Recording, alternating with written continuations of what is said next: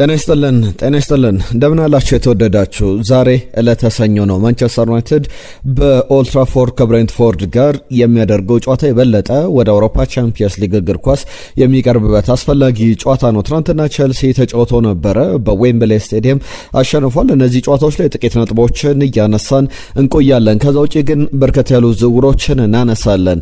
አርሰናል በተመለከተ በዝውውር ዜናዎች አንድ ሁለት ጉዳዮች ይነሳሉ። ከዛ በተጨማሪም ግን በጣም እያሳሰበ የመጣ ጉዳይ አለ። በተለይ በውሰት ወል ያለው የኤታን ኑዋኔሪ ጉዳይ የተጫዋቹንም ባህሪ በደንብ ሊገልጽ የሚችል እንዴት በሚኬል አርቴታ ስር እየሰራ እንደዚህ አይነት ባህሪ ሊያሳይ ይቻላል የሚሉ ጉዳዮች በስፋት እየተነሱ ይገኛሉ። የቼልሲና የኒኮላስ ጃክሰን ጉዳይም በስፋት መነጋገሪያ ሆኗል። ሌሎችንም ጉዳዮች ይዘናል። ከማንቸስተር ዩናይትድ ጋር በተያያዘ አንድ ሁለት ዝውውሮች አሉ። የማንቸስተር ሲቲና የቲጃኒ ራይንደርስ ጉዳይም እያነጋገረ ያለ ጉዳይ ነው። ሌሎችንም አጫጭር ጉዳዮች እናነሳለን። የቼልሲ የአሰልጣኝነት ቅጥርንም በተመለከተ አዳዲስ የተሰሙ ጉዳዮች አሉ። በቻላችሁት አብራችሁን ቆዩ። የእናንተን ሀሳቦች እንቀበላለን። ዛሬ ማንቸስተር ዩናይትድ ከብሬንትፎርድ ስለስንት ይጠናቀቃል? ግምት፣ ሀሳብ፣ አስተያየቶቻችሁን ላኩልን። ይህንን ቪዲዮ ላይክ አድርጋችሁ ጀምሮ እንደተለመደው ይህንን በማስታወስ እንጀምራለን። በቀጥታ ወደ ጉዳዮቻችን እንገባለን። ትናንትና በእንግሊዝ ፕሪሚየር ሊግ አንድም ጨዋታ አልነበረም። እንዲሁ አንዳንድ የማንቸስተር ዩናይትድ ደጋፊዎች ትናንትና በፕሪሚየር ሊግ ጨዋታ ሳይኖር የማንቸስተር ዩናይትድ ጨዋታ ለምንድን ነው ወደ ሰኞ የተገፋው የሚሉ ጥያቄዎችንም በማህበራዊ ትስስር ገጾች እንኳን ሲያነሱ ነበረ።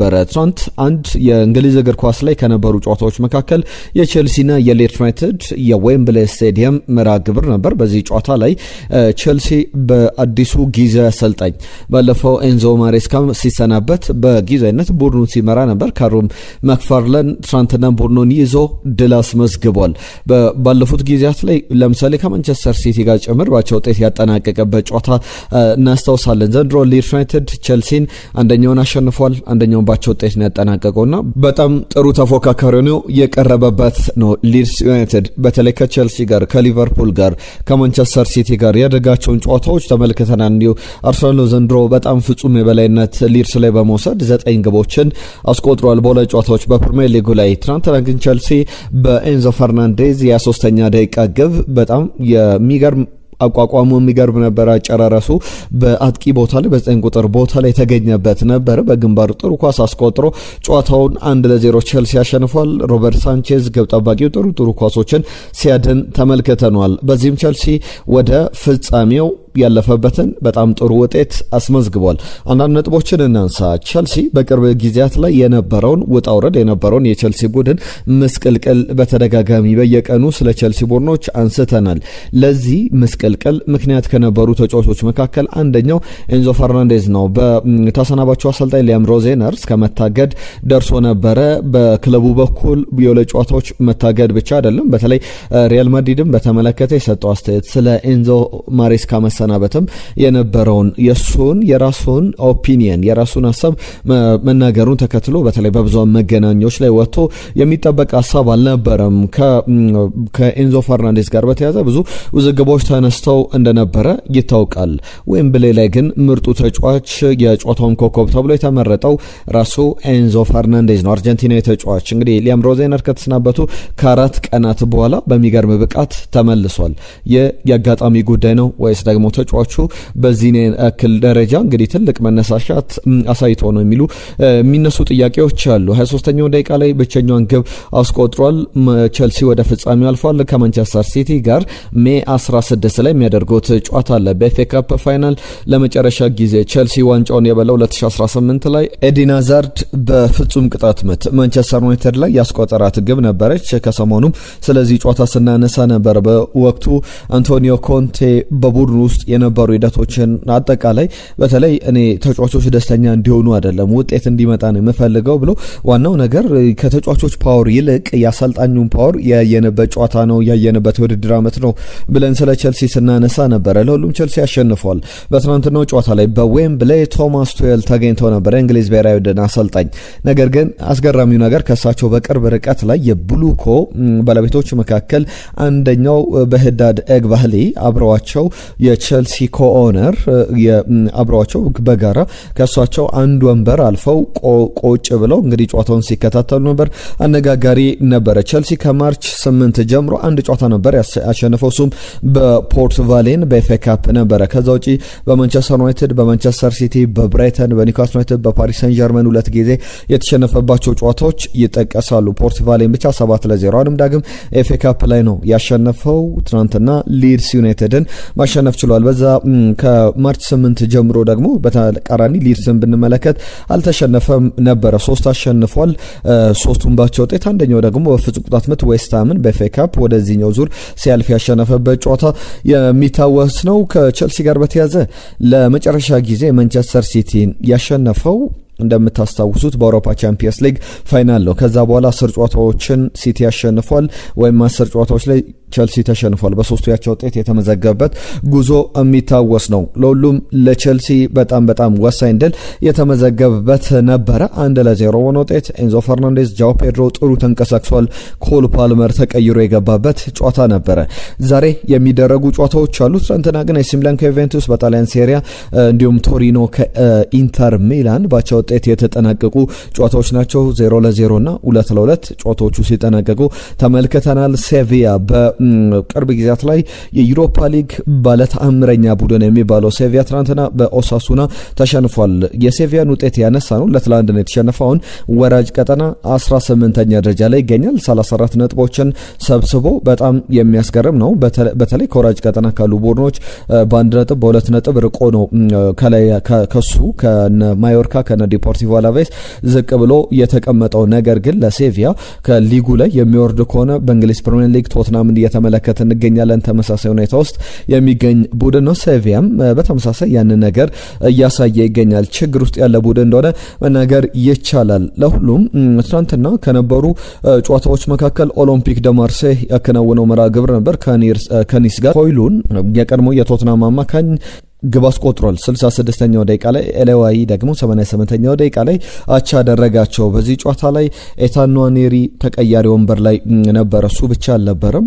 በኤታን ንዋኔሪ ብቻ ሳይሆን ሜሰን ግሪንውድም ተቀያሪ ወንበር ላይ ተቀምጠው ተመልክተናቸዋል። ሜሰን ግሪንውድ በእርግጥ ተቀይሮ ገብቶ ተጫውቷል። ስለ ኤታን ንዋኔሪ ልናነሳ ነው ይህንን ጨዋታ ያነሳ ነው። በተለይ ደግሞ የማርሴዩ አሰልጣኝ በጣም አነጋጋሪ አስተያየት ሰጥቷል። ሀቢብ ባዬ ኤታን ንዋኔሪ በተለይ ቀድሞ የማርሴይ አሰልጣኝ ያው የቶትናም አሰልጣኝ ሮቤርቶ ዲዘርቢ ጣሊያናዊ አሰልጣኝ ወደ ማርሴይ ያመጡት እሳቸው ናቸው። የመጫወት እድል እየሰጡት ነበረ።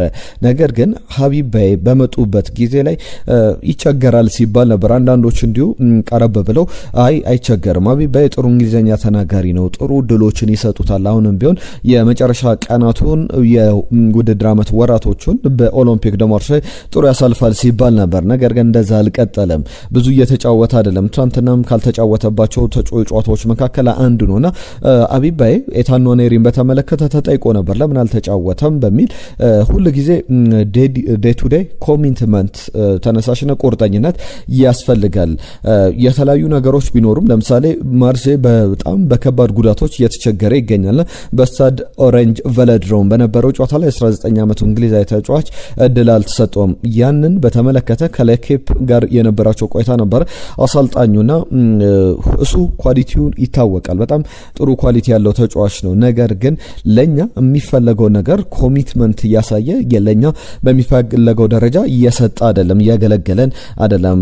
ሌሎች ተጫዋቾች የተመረጡት ከሱ የተሻለ እድሎችንም ያገኙት የበለጠ ኮሚትመንት እያሳዩ ስለሚገኙ ነው በሚል የተሰጠ አስተያየት አለ። የትናንትናውን የኦሎምፒክ ደ ማርሴይ ጨዋታን አስመልክተን ይህንን ጉዳይ ያነሳል። ለኤታን ንዋኔሪ ግን ምናልባት ለሌሎች ክለቦችም እንግዲህ እሱን የሚፈልጉ ክለቦች ይህንን ይመለከታሉ፣ ዝም ብሎ አይቀመጡም። ለአርሰናልም የሚያሳስብ ነው። ተጫዋቹ መሸጥ የሚያስብ ከሆነ እንደዚህ አይነት የባህሪ ችግሮች፣ እንደዚህ አይነት የኮሚትመንት ችግሮች የሚነሳበት ተጫዋች ካለ ክለቦች ፍላጎት ላይ ያሳዩ ይችላሉና ትልቅ ችግር ሊሆን ይችላል። ዛሬ ማንቸስተር ዩናይትድ ከብሬንትፎርድ የሚያደርጉትን ጨዋታ ጥቂት ነጥቦችን እናንሳበት። ምሽት 4 ሰዓት ላይ ማንቸስተር ዩናይትድ በውድድር ዓመቱ ለ6ኛ ጊዜ በእንግሊዝ ፕሪሚየር ሊግ የሚያደርገው ሰኞ ምሽት ላይ የሚያደርገው ጨዋታ ነው። ከዚህ በፊት 1992-93 የፕሪሚየር ሊጉ የመጀመሪያ ዓመት ላይ ወይም በአዲስ የውድድር ቅርጽ ሲደረግ 92-93 ላይ 7 ጨዋታዎችን ሰኞ ምሽቶች ላይ አከናውኖ ነበር። 1995-96 ላይ በተመሳሳይ 6 ያ ማለት ሁለተኛ ሶስተኛው ከፍተኛ የሰኞ ምሽት ጨዋታዎችን የሚያደርግበት አመት ነው። በዚህ ጨዋታ ላይ ሰፊ ግምት ተሰጥቶታል። የእናንተን ግምቶች ላኩልን። ማንቸስተር ዩናይትድ ከብሬንትፎርድ ስለስንት ይጠነቀቃል? ብሬንትፎርድ እንግዲህ የሊግ ደብል ለማስመዝገብ ከማንቸስተር ዩናይትድ ጋር የሊግ ደብል የምንለው የመጀመሪያው ዙር ጨዋታ የሁለቱ ቡድኖች ግንኙነት በጂቲኤ ኮሚኒቲ ስቴዲየም ሲደረግ ብሬንትፎርድ 3-1 በሆነ ውጤት አሸንፎ ነበር። በዛ ጨዋታ ላይ ኢጎር ቲያጎ 2 ግቦችን አስቆጥሯል። 8ኛ 20ኛው ደቂቃ ላይ ቤንያሚን ሼሽኮ 26ኛው ደቂቃ ላይ ማንቸስተር ዩናይትድን ወደ ጨዋታ የመለሰ ቢመስልም ጄንሰን 95ኛው ደቂቃ ላይ ዳግም ግብ አስቆጥሮ ጨዋታው 3-1 በሆነ ውጤት በብሬንትፎርድ አሸናፊነት የተጠናቀቀ ነበረ። ከዛ በፊት የነበሩ ለምሳሌ 2024-25 የውድድር ዘመን ላይ ብሬንትፎርድ በሜዳው አሸንፏል። ማንቸስተር ዩናይትድ ደግሞ በኦልድ ትራፎርድ አሊያንድሮ ጋርናቾና ሆይሉን ባስቆጠሯቸው ግቦች 2-1 በሆነ ውጤት ማሸነፉ ይታወቃል። ከዛ በፊት የነበረውን ጨዋታ ደግሞ ብንመለከት አንደኛውን በብሬንትፎርድ ሜዳ ያቸው ውጤት፣ በኦልድ ትራፎርድ ደግሞ ዩናይትድ 2-1 ማክቶሚናይ 2 ግቦችን 93 እና 97 ላይ ታስታውሱ እንደሆነ ጄንሰን 26ኛው ደቂቃ ላይ ለብሬንትፎርድ አስቆጥሮ ጨዋታው ብሬንትፎርድ አሸነፈ። ኦልድ ትራፎርድ ላይ በሚባልበት ወቅት ላይ ስኮት ማክቶሚናይ 93 እና 97ኛው ደቂቃ ላይ ተቀይሮ ገብቶ 87ኛው ደቂቃ ላይ ሶፊያን አምራባትን ቀይሮ ነበር ወደ ሜዳ የገባው። ወደ ሜዳ በገባ በደቂቃዎች ልዩነት ስኮት ማክቶሚናይ 2 ግቦችን ያስቆጠረበት ጨዋታ እናስታውሳለን። ለሁሉም አሁን ማንቸስተር ዩናይትድ በኦልድ ትራፎርድ ዛሬ ምሽት 4 ሰዓት ላይ ጨዋታውን ያደርጋል። ከ1936-37 የውድድር ዘመን በኋላ ዳግም ብሬንትፎርድ ማንቸስተር ዩናይትድን በአንድ የፕሪሚየር ሊግ የውድድር ዓመት 2 ለማሸነፍ ወደ ሜዳ የሚገባበት ጨዋታ ነው። ብሩኖ ፈርናንዴዝ ቁጥሮች ይጠብቁታል። አሁንም የፕሪሚየር ሊግ የመጨረሻ ሳምንታት ላይ እንደምንገኝ ይታወቃልና ቲሪ ዳንኤል ኦንሪ እንዲሁም ደግሞ ኬቨን ደብሬነ በፕሪሚየር ሊግ ላይ ከብሩኖ ፈርናንዴዝ የበለጠ ብዙ አሲስቶች ያሏቸው 3 ተጫዋቾች አሉ። አንደኛው ሪካርዱን የያዙት ሄንሪና ደብሬነ ናቸው። 2020 የፕሪሚየር ሊግ አሲስቶችን በማስመዝገብ መስት ኦዚል 19 ያለው 2015-16 የውድድር ዘመን በአርሰናል ቤትና አሁን ብሩኖ ፈርናንዴዝ 18 ላይ ደርሷል። ለሱ በመጣበት ሬቲንግ ስንመለከት በተለይ የቅርብ ሳምንታት ላይ በየጨዋታ 2 አሲስቶች በየጨዋታ 1 አሲስት እያስመዘገበ እየወጣ ይገኛል። አሁንም እዚህ ጨዋታ ላይ ይጠበቃል።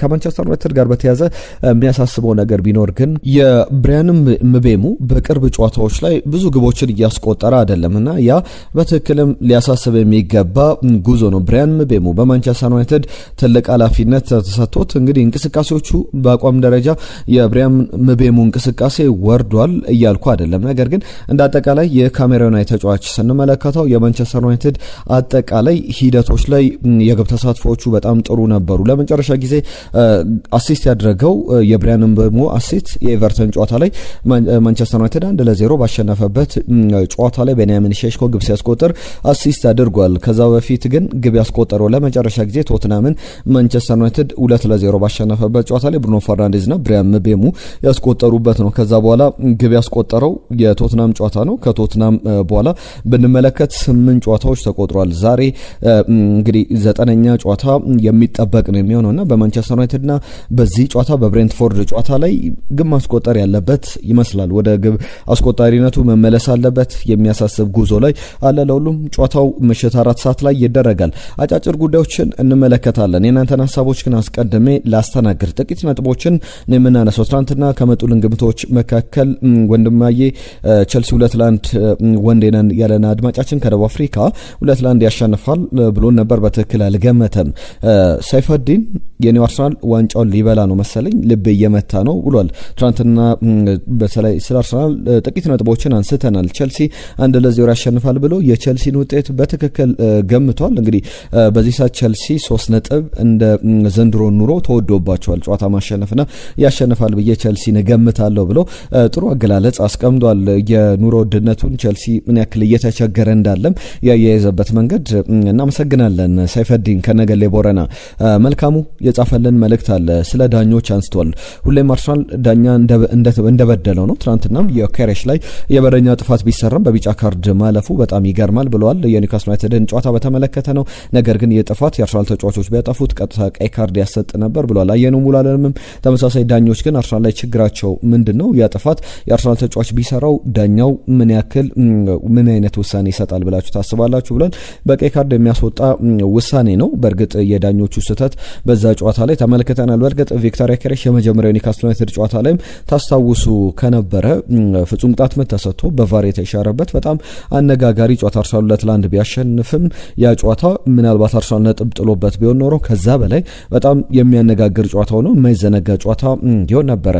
ብርሃኑ የጻፈልን መልእክት አለ። አርሰናል እንደ ዋንጫ አሸናፊ በትክክል ጥሩ ፐርፎርም አላደረገም። ለዛውም በኤምሬትስ ስቴዲየም እየተጫወተ ብዙ ግብ ከአንድ በላይ ግቦችን ማስቆጠር ይጠበቅበት ነበር ብሏል። በትክክልም ኒውካስል ዩናይትድ በዛ ላይ ደካማ ወቅት ላይ ያለ ቡድን ነውና የአርሰናልን በዛ ደረጃ ስንጠብቅ ነበረ። አህመድ ከጅቡቲም የማታው ጨዋታ የአርሰናልን በተመለከተ ነው። በጣም አስቸጋሪ ነበር። ዋናው 3 ነጥብ ነው ግን መሀሉ 0 ነበረ ብሏል። ኤዜ የጨዋታው ምርጥ ነበር ብሏል። እኔ ነፍሴ ልትወጣ ደርሳ ነበረ ብሎናል አህመድ ከጅቡቲ። ብሩክ በላይ ግሎሪ ማንቸስተር ዩናይትድ ያሸንፋል ብሎ መልእክቱን ልኮልናል። ሽመልስ ከኳታር ዶሃ ሰላም ቤስቶች። በሊድስ ዩናይትድና በቼልሲ መካከል ቼልሲ በሊድስ 2-1 ይሸንፋል። አርሰናል 1-0 ቢሆንም ውጤቱ ለተጫዋቾች ስነልቦና አሪፍ መነቃቃትን ይፈጥራል። በዚህ ከቀጠሉ ዋንጫውን ያነሳሉ የሚል መልእክቱን ልኮልናል። ሁላችሁንም ከልብ እናመሰግናለን። ዛሬም በምናነሳቸው ጉዳዮች ላይ ሀሳብ አስተያየቶቻችሁን፣ መልእክቶቻችሁን እንጠብቃለን። ትናንትና ግን ከዳኝነት ውሳኔ ጋር በተያያዘ አንድ ጉዳይ ይነሳል።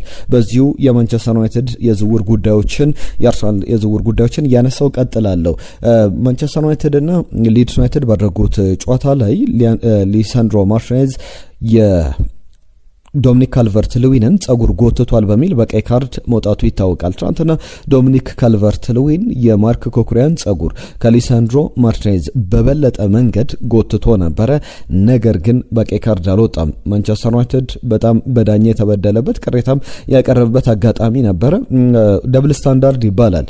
ለአንደኛው ለተመሳሳይ ኢንሲደንት ለተመሳሳይ አጋጣሚ የተለያዩ ውሳኔዎችን መስጠት የትናንትናው የትናንትናው የማርክ ኮኩሪያና የዶሚኒክ ካልቨርት ልዊንና የሊሳንድሮ ማርቲኔዝና የዶሚኒክ ካልቨርት ልዊን ጉዳይ እያነጋገረ ይገኛል። ማንቸስተር ዩናይትድ እንደምታስታውሱት ይግባኝም ጠይቆ እምቢ እንደተባለ ይታወቃልና ብዙ የሚያስብሉ ጉዳዮች አሉ። ከአርሰናል ጋር በተያያዘ አንዱ ለዝውውሮችን ላንሳ። በተለይ አርሰናል ቤት በጣም እያነጋገረ ያሉ ጉዳዮች አሉ። የስፖርቲንግ ሊዝበኑ ማክሲ አራዮ በአርሰናልና በስፖርቲንግ ሊዝበን የደርሶ መልስ ጨዋታ ላይ ምን ያክል ታታሪ ምን ያክል ጠንካራ ተጫዋች እንደሆነ የተመለከትነው ተጫዋች ነውና ሚኬል አርቴታ በዚህ ተጫዋች ዙሪያ እንግዲህ ስካውቶችን እየላከ ከዛ በተጨማሪም የመጀመሪያ ጥያቄዎችን በምን ያክል ገንዘብ ልናስፈርመው እንችላለን። የዩራጋዊ ተጫዋች ዩራጓይ ሲባል ምን ያክል ጥሩ አቅም ያላቸው ተጫዋቾችን ተመልክተናል በቅርብ ዓመታት። በተለይ በታታሪነታቸው ሜዳ ላይ ሁሉንም ነገር በመስጠታቸው ይታወቃል። በዩራጋይ ብሔራዊ ቡድን በኩል የምታስታውሱት የአርሰናል ተጫዋች ከዚህ በፊት ካለ ስሙን ጥቀሱልን። እነ ሉዊስ ሱዋሬዝን በቅርብ ዓመታት ኤዲንሰን ካቫኒን ተመልክተናል። አሁን ደግሞ የሪያል ማድሪዱን አምበል እየተመለከተን እንገኛለን። በ8 ቁጥር ቦታ ላይ ብዙ ብሔራዊ ቡድኖች እኛ ጋር በሆነ ካርሎ አንቸሎቲ ብራዚላዊ ፓስፖርት በኖረው የሚሉትን ተጫዋች በዚህ በሪያል ማድሪድ ቤት እየተመለከተን እንገኛለን። ለሁሉም ብዙ የሚያስብሉ ጉዳዮች አሉት። የተጫዋች እስከ 40 ሚሊዮን ዩሮ ይገመታል። በዛ ባርሻልና ስፖርቲንግ ሊዝበን ጨዋታ ላይ በሚያስገርም ሁኔታ የመጀመሪያ ቢጫ ካርዱ ለመመልከት 8 ጥፋቶችን ከሰራ በኋላ ነውና በ9 የአውሮፓ ቻምፒየንስ ሊግ ውድድር ዘመኖች ላይ እንደዚህ አይነት በረጅም ጥፋቶችን ሰርቶ ቢጫ ካርድ ያልተመለከተ ተጫዋች አልነበረም። 8 የመጀመሪያው ጨዋታ ላይ በ8 ጥፋቶች ቢጫ ካርድ አልተመለከተም። ቢጫ ካርድ የተመለከተው በሁለተኛው ጨዋታ ላይ 2 ጥፋቶችን ከሰራ በአጠቃላይ ከ10 ጥፋቶች በኋላ ነውና እስከ 2029 ድረስ ውላለው እስከ 40 ሚሊዮን ዩሮ ድረስ የሚገመት ነው። 26 ዓመቱ ላይ ይገኛል። ሌፍት ባክ እንዲሁም ደግሞ ዊንግ ባክ ሆኖ መጫወት ይችላል። ጥሩ አቅም ያለው ተጫዋች ነው። ከዛ ውጪ ከአርሰናል ጋር በተያያዘ አትሌቲኮ ማድሪድና አርሰናል ከቀናት በኋላ ረቡዕ ዕለት የሚያደርጉ ጨዋታ አለ። ከዛ አስቀድሞ ግን በዝውውር ላይ አንድ ተጫዋች ላይ እየተፋለሙ ይገኛል ተብሏል። ይህም ጁሊያን ብራንት ይባላል። የቦሩሲያ ዶርትመንድ የ10 ቁጥር ቦታ ተጫዋች ነው። በጣም ክሬቲቭ ነው፣ ግብ አስቆጣሪ ነው። ጥሩ የስኳር ተጫዋች ይሆናል ተብሎ ይጠበቃል ወደ አርሰናል ቢመጣና አትሌቲኮ ማድሪድም የተጫዋቹ ፈላጊ ነው። በተለይ ደግሞ ተጫዋቹ ውል አላራዝምም ብሏል በዶርትመንድ። ስለዚህ በነጻ ዝውውር አርሰናል ሊያገኘው የሚችለው ተጫዋች ነው። የጀርመናዊ ወደ ፕሪሚየር ሊግ ወይስ ደግሞ ወደ ላሊጋ ይሄዳል የሚለው የተጫዋቹ ውሳኔ እንደሆነ የሚጠበቅ ጉዳይ ነው። ከዛ ውጪ ከአርሰናል ጉዳዮች ወጣ ብዬ የኒኮላስ ጃክሰን ጉዳይ ይነሳል። ኒኮላስ ጃክሰንን በተመለከተ የማክስ ኤቨርን ባየር ሙኒክ ስፖርቲንግ ዳይሬክተር ያረጋገጡት ነገር አለ። ኒኮላስ ጃክሰን በዚህ ወደ ስታንፈርድ ብሪጅ ይመለሳል፣ በአሊያንዝ አሬና አይቆይም ብለው ማረጋገጫ ሰጥቷል። የ24 ዓመቱ ሴኔጋላዊ ተጫዋች ዘንድሮ 10 ግቦችን አስቆጥሯል፣ 4 አሲስቶችን አድርጓል። ነገር ግን 10 ግቦች ማለት 50 በላይ ግቦችን ላስቆጠረ 56 ግቦች ላይ ለደረሰው ሃሪኬን ባለበት ቡድን ውስጥ ምንም ማለት ነውና ያ በጣም በጥሩ ጎን ያለው ነገር ነውና በዚህ ጉዳይ ላይ የቪንሶን ኮምፓኒ ቡድን በጣም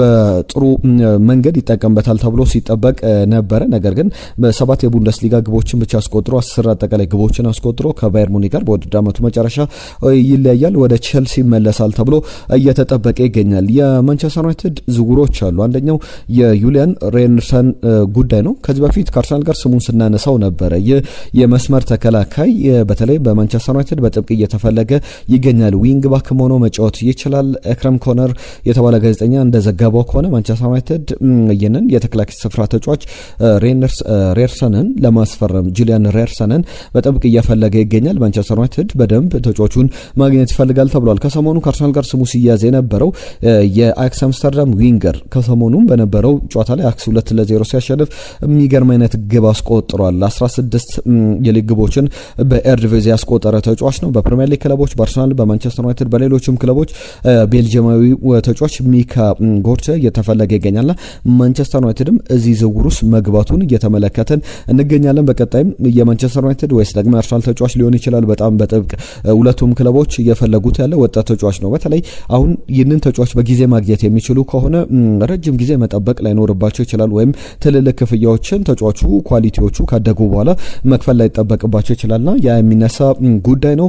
ከዛ ውጪ ማንቸስተር ሲቲ ቤት የቲጃኒ ሬንደርስ ጉዳይ እንደ ካልቺዮ መርካቶ ዘገባ ከሆነ ከኢታድ መውጫውን እየተመለከተ ይገኛል። ጨዋታ ከጀመረ የመጀመሪያ ተሰላፊ ሆኖ ወደ ሜዳ ከገባ ጥር ላይ ነው የተመለከትነው። ከዛ በኋላ ጉዳት እንኳን ሳያስተናግድ አሰልጣኝ ፔፕ ጋርዲዮላ ቲጃኒ ሬንደርስን እየተጠቀምበት አይገኝም። ተጫዋቹም ከማንቸስተር ሲቲ ስለመውጣት እያሰበ ይገኛል። አጀማመሩ ጥሩ ነበረ፣ ነገር ግን በደንብ ሊጉን መልመድ አልቻለም። በዚህም አሰልጣኝ ፔፕ ጋርዲዮላ ብዙ እየተጠቀምበት እንዳልሆነ እየተመለከተን እንገኛለን። ከአንዶኒ ኢራዮላ ጋር በተያዘ የቼልሲ አዲሱ አሰልጣኝ መሆን ይፈልጋሉ፣ በፕሪሚየር ሊጉ ላይ የሰሩ መቀጠል ይፈልጋሉ የሚሉ ዘገባዎችን ፋብሪዚዮ ሮማኖ ወጥቷል። የቼልሲ አሰልጣኞች ስም እነ ሴስ ፋብሪጋስ ሲባል ነበር፣ ጆዜ ሞሪኒዮ እንዲሁም ደግሞ ሻቪ አሎንሶን ስም ስንመለከት ነበር። አንዶኒ ኢራዮላም በፕሪሚየር ሊጉ ላይ በቅርብ ልምድ ያላቸው አሰልጣኝ ናቸውና በደም ስማቸው ቢጠቀስ የሚያስገርም አይደለም። ከቻቪ ሲሞንስ ጋር በተያዘ በቶትናም ጨዋታ ላይ የጉዳት አስተናግዶ መውጣቱ ይታወቃል። እንግዲህ የውድድር ዓመቱ ያለ ዋንጫም አብቅቶለታል። ኤሲኤል የጉልበት ጅማት መበጠስ ጉዳት አጋጥሞታል። ከውድድር ዓመቱ ውጪ መሆኑን ለ7 ወራት ለ8 ወራት ከሜዳ እንደሚርቅ ተረጋግጧል። ከአትሌቲኮ ማድሪድ ጋር በተያዘ ከአርሰናል ጋር በሚያደርገው ጨዋታ ላይ ለአርሰናል ጥሩ ዜና ይመስላል። ከዓለማችን አሁን ጥሩ አቅም ካላቸው አማካዮች መካከል ፓብሎ ባሪዮስ አንዱ ነውና ከዚህ ከአርሰናል ሁለቱም የደርሶ መልስ ጨዋታዎች ውጪ መሆኑ ተረጋግጧል። ማርካኖ ዘገባውን ይዞት የወጣው። ክቡራትና ክቡራን ስፖርታዊ ጉዳዮቻችን እነዚህን ይመስላሉ። ለአብሮነታችሁ ለሰጣችሁን ጊዜ ከልብ እናመሰግናለን። አዳዲስ ጉዳዮችን ይዘን እንመጣለን። የዛሬን የማንቸስተር ዩናይትድና የብሬንትፎርድ ጨዋታ ግምቶቻችሁን ላኩልን። ባነሳናቸው ጉዳዮች ላይ ሀሳብ አስተያየቶቻችሁን እንጠብቃለን። በርከት ያሉ ጉዳዮችን አንስተናል። ነገ በአዳዲስ ጉዳዮች ጠብቁን። የዛሬን እዚህ ላይ ያጠናቀቅን። ጤና ይስጥልን።